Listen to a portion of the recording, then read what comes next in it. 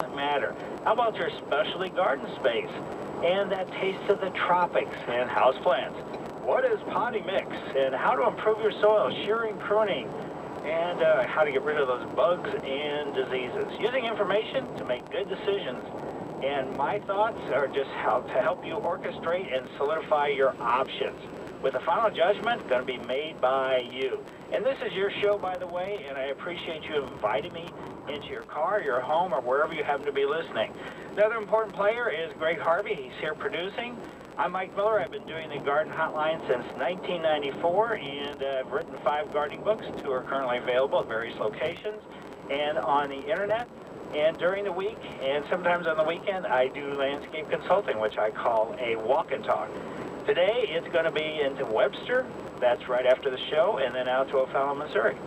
So if you'd like to have a walk and talk in your yard, you can go to my website, MikeMillerDesigns.com. The homepage will have my email address and phone number where I can be reached.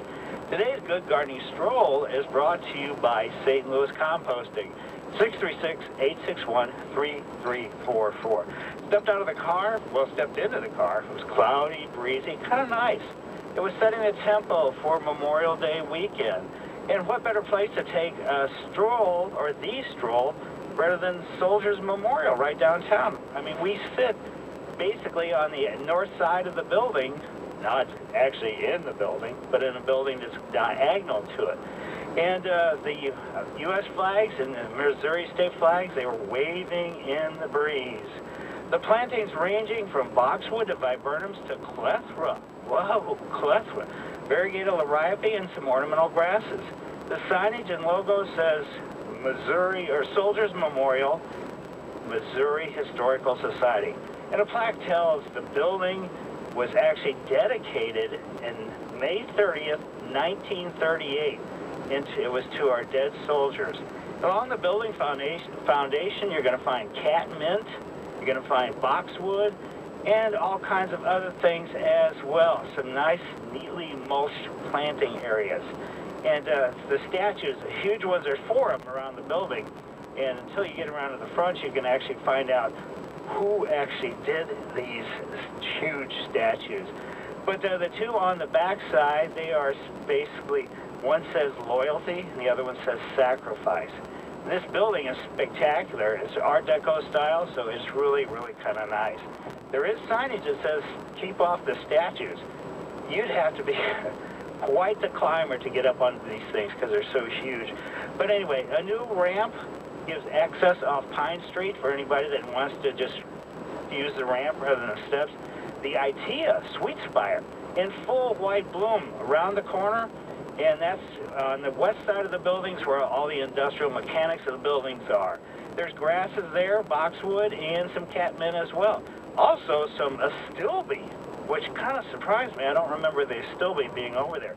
But it's budded and it looks like it's going to be flowering in about a week or so.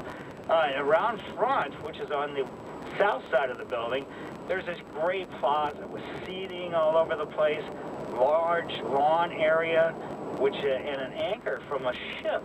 And there is information which will tell you which ship that is from. Actually, it's from the USS Langley. And there are other major components. There's a kind of a sign there that says who did all the statues around the building and various things like that.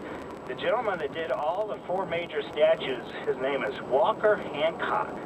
And there's a sign that says over here, this is where the World War II monument is, and that was done by Hillis Arnold.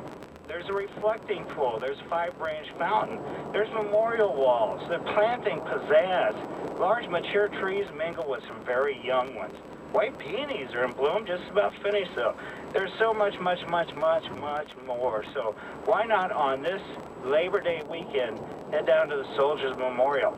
Also, there's the Blue Star Memorial, which is a tribute by the National Garden Clubs to all the folks who spent time in the military. Myself, 1969 to 1973 in the Air Force, and wow, what an experience that was. Leaving Ellisville and being exposed to, let's say, various parts of the world I had never any idea of what they were really like. Everything from Barksdale Air Force Base, which is in Shreveport, Louisiana, to March Air Force Base, which is in Riverside, to Anderson Air Force Base, which is in Guam, and it was very, very, very interesting. So I did air intelligence, so when it was related to the Vietnam War, it was bombing strikes by the B-52s, whether they hit the target or not.